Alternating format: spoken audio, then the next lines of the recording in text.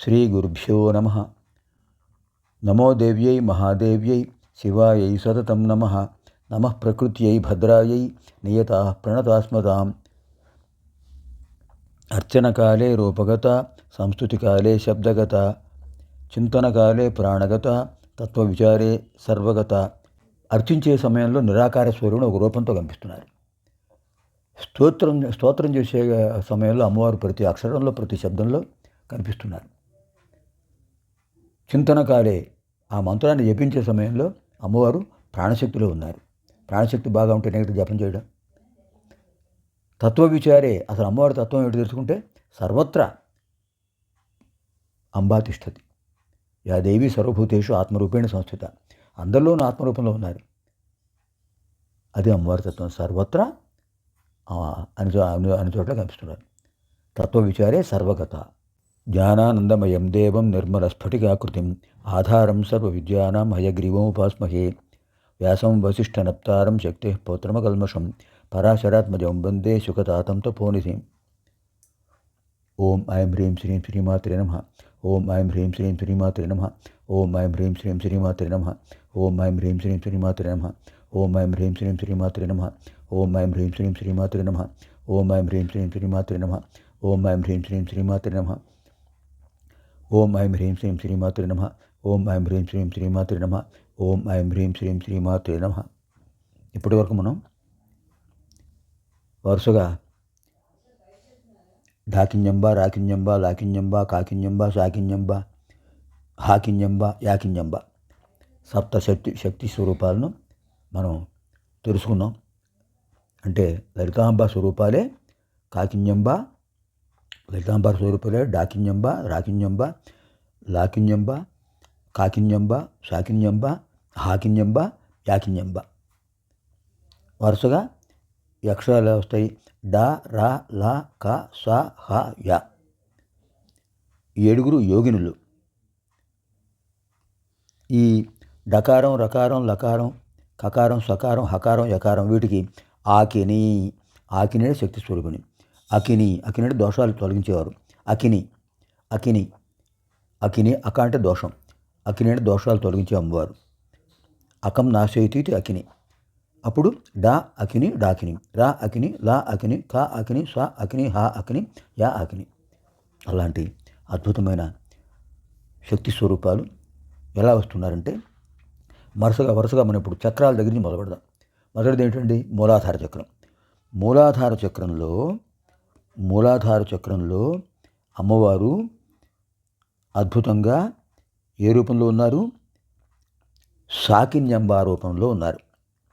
సాకిన్యంబ రూపంలో అమ్మవారు మూలాధార పద్మంలో ఉన్నారు. ఈ మూలాధార పద్మం 4 దళాలతో ఉంది. చతుర్దళం 4 దళాలతో ఉంటుంది మూలాధార పద్మం, మూలాధార చక్రం.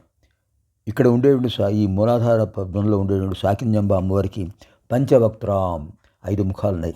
త్రినేత్రాం ప్రతి ముఖంలోనూ 3 నేత్రాలు ఉన్నాయి. ధూమ్రాభాం పొగ ఏ రంగులో ఉంటుందో ఆ రంగులో ఉంటారట. అస్థి సంస్థాం సప్తధాతుల్లో అస్థి అంటే ఎముకలకు అధిదేవత అమ్మవాడు. శృణిమపి కమలం పుస్తకం జ్ఞానముద్ర బిభ్రాణం. అంకుశము పద్మము పుస్తకము జ్ఞానముద్ర కలిగి ఉన్నారు. సులలిత వరదాపూర్వ శక్త్యావృతాంతాం. ఇంకా అమ్మవారికి ప్రీతికరమైన అన్నం ముద్గౌదనాసక్త చిత్తాం. ముద్గౌదన అంటే పెసరపప్పు అన్నం వండి దాంట్లో పెసరపప్పు వేసి కొంత గోఘృతం ప్రోక్షణ చేసి అమ్మవారికి నివేదన చేస్తారు. దాన్ని ముద్గౌదనము అంటారు. ఇంకా మధుమద ముదితాం. ఈ అమ్మవారికి మకరందం అంటే చాలా ఇష్టం. అటువంటి సాకిన్యంబాం భావయామః. అనంతరం స్వాధిష్టానం. ఈ స్వాధిష్టానాఖ్య పద్మే రసదళ లసితే వేదవక్త్రాం త్రినేత్రాం హస్తాభ్యాం ధారయంతిం త్రిశిఖ గుణ కపాలాభయ వ్యాప్తగర్భాం మేధోధాతు ప్రతిష్టాం అళిమద ముదితాం మాంససత్వేకనిష్టాం గౌడాన్నాసక్త చిత్తాం సకల సుఖకరీం లాకినీం భావయామః. స్వాధిష్టాన చక్రంలో ఉంటారు కాకిన్యంబ. ఈ కాకిన్యంబ వారు వేదవక్త్రాం. వేదములు ఎన్ని? వేదములు 4 అంటే చతుర్వక్త్ర 4 ముఖాలు అయ్యాం వరకు కూడా. రసదళ లసితే అంటే రసాలన్నీ షడ్రుచులు. రసం అంటే రుచి. షడ్రుచులు అంటే షట్పద 6 దళములు. షడ్దళ పద్మం, 6 దళములు కలిగిన పద్మం స్వాధిష్టానం. అందులో అమ్మవారు మనకు దర్శనమిస్తున్నారు. వేదవక్త్రాం 4 వేదాలు, 4 వేదాల సంఖ్య 4 కనుక 4 ముఖాలు ఉన్నాయి. త్రినేత్రాం ప్రతి నేత్రంలోనూ నేత్రం, ప్రతి ముఖంలో నేత్రం ఉంది. హస్తాభ్యాం ధారయం ఆమె అమ్మవారి చేతుల్లో శూలం, కపాలం, తర్వాత అభయముద్ర, వరదముద్ర ఉన్నాయి. మేధః అనే ధాతువుకి అమ్మవారి అధిపతి. అమ్మవారికి గౌడాన్నం అంటే అన్నం, ఆవు పాలతో అన్నం వంటి దాంట్లో బెల్లం వేసి అమ్మవారికి నివేదన చేస్తారు. గోకృతం అప్రోక్షణ చేసి గుడాన్నం అంటారు దాన్ని. అటువంటి అమ్మవారు కాకిని. అనంతరం మణిపూర చక్రం. మణిపూర చక్రంలో అమ్మవారు లాకిన్యంబ. ఈ లాకిన్యంబ అమ్మవారు నాభిస్థానంలో ఉన్నటువంటి మణిపూర చక్రంలో ఉంటారు. ఈ మణిపూర చక్రం దిక్పత్రే అంటే దిక్కులన్నీ 10 దిశలు, 10 అటువంటి 10 దిశలతో ఉంటారు. అంటే కొన్ని చోట్ల అష్టదళ అంటారు. అష్టదిక్కులు కనుక అష్టదళ పద్మం అని చెప్పుకోవచ్చు. అష్టదళ పద్మం ఇక్కడ నాభి చక్రంలో ఉన్నటువంటి మణిపూర చక్రం. ఈ మణిపూర చక్రంలో ఉన్న అమ్మవారు త్రివదన నీలవర్ణం, 3 ముఖాలతో ఉంటారు, నీలవర్ణంలో ఉంటారు. అలాగే మన శరీరంలో ఉన్న రక్త ప్రసరణకు అధిపతి ఈ అమ్మవారు. అమ్మవారి చేతిలో వరదముద్ర, అభయముద్ర, అంకుశం ఇలాంటి దండము ఉన్నాయి. తర్వాత ఈ అమ్మవారికి గౌడాన్నం, ఈ అమ్మవారికి కూడా గుడాన్నం చాలా ఇష్టం. సకల సుఖకరి, అందరికీ ఆనంద సౌఖ్యాన్ని ప్రసాదిస్తుంటారు, ఆ ఆధ్యాత్మిక శక్తిని. అటువంటి అమ్మవారు లాకిన్యంబ. తర్వాత మూలాధారం, స్వాధిష్టానం, మణిపూరం అయిపోయింది. ఇప్పుడు హృదయ స్థానంలో ఉన్న అనాహత చక్రం. ఈ అనాహత చక్రంలో ఉన్న అమ్మవారి పేరు రాకిని. ఈ రాకిని అమ్మవారు హృత్పద్మంలో ఉంటారు. భానుపత్రే, భాను అంటే ఎవరు? 12 ఆదిత్యులు. 12 ఆదిత్యులు అంటే ద్వాదశ దళ పద్మం ఇక్కడ హృదయ పద్మం. ఈ హృదయ పద్మంలో అమ్మవారు రాకిన్యంబ ఉన్నారు. ఈ అమ్మవారు ద్వివదన లసితాం, 2 ముఖాలు ఉంటాయి అమ్మవారికి. దంష్ట్రిణీ, దంతాలు ఉంటాయి. శ్యామలవర్ణంలో ఉంటారు.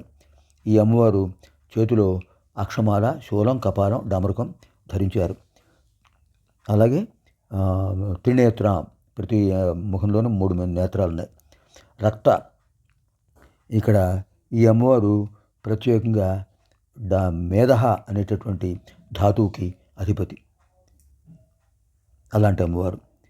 ఇంకా ఈ అమ్మవారికి మేధా కూడా అంటే లాకిన్యంబ మాంసధాతువుకి ఈ అమ్మవారు రక్త ప్రసరణ వ్యవస్థకు కారకురాలు. ఈ అమ్మవారు ప్రత్యేకంగా స్నిగ్ధవర్ణాసక్త చిత్త, ఆవు నేతితో వండినటువంటి అన్నం గోఘృతం ప్రోక్షణ చేసి కొంచెం బెల్లం వేసి నివేదన చేస్తే అమ్మవారు సంతోషిస్తారట. అటువంటి అద్భుతమైన స్నిగ్ధ అన్న ప్రియ, అటువంటి అమ్మవారికి నమస్కారం. ఆ తర్వాత ఇది విశుద్ధి చక్రం. ఇది ఇక్కడ ఉండే అమ్మవారి పేరు డాకిన్యంబ. ఈ డాకిన్యంబ అమ్మవారు విశుద్ధి చక్రంలో ఉంటారు. నృపదళ కమలే, షట్చక్రవర్తులు, 6 దళాలు ఉన్నటువంటి కమలంలో ఉంటారు. శ్వేతవర్ణంలో ఉంటారు. త్రినేత్ర, 3 నేత్రాలు. ఆమె చేతుల్లో డాలు, కత్తి, అలాగే త్రిశూలం, తర్వాత విశేషమైనటువంటి ఖడ్గం, ఇవన్నీ ఉంటాయి.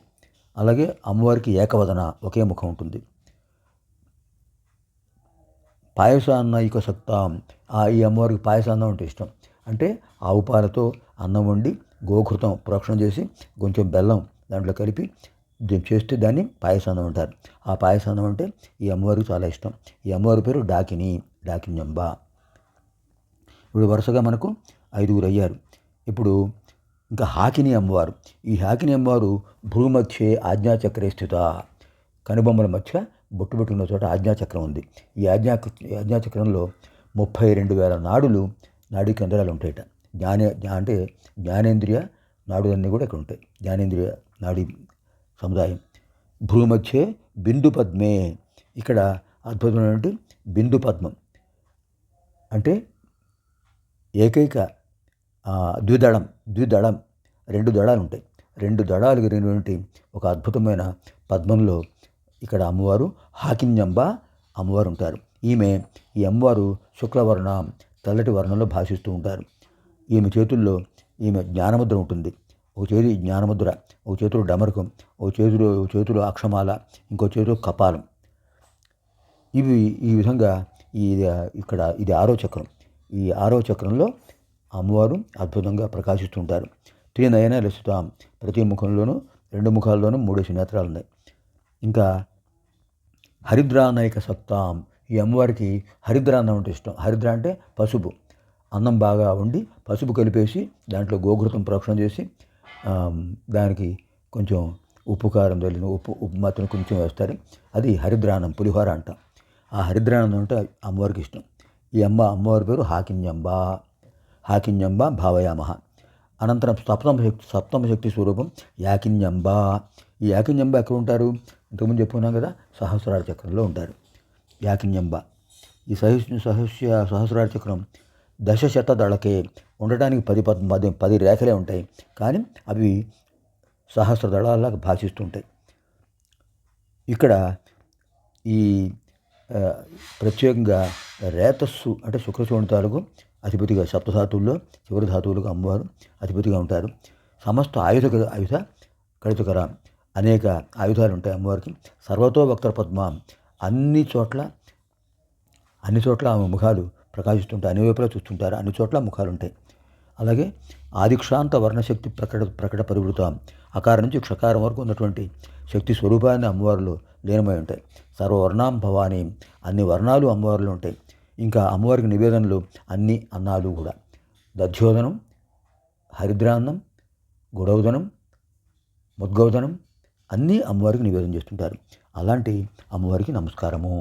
అటువంటి శక్తి సప్తకాన్ని ధ్యానం చేశాం. అనంతర కార్యక్రమంలో మనం 110వ శ్లోకంలో ప్రవేశిద్దాం. స్వస్తి.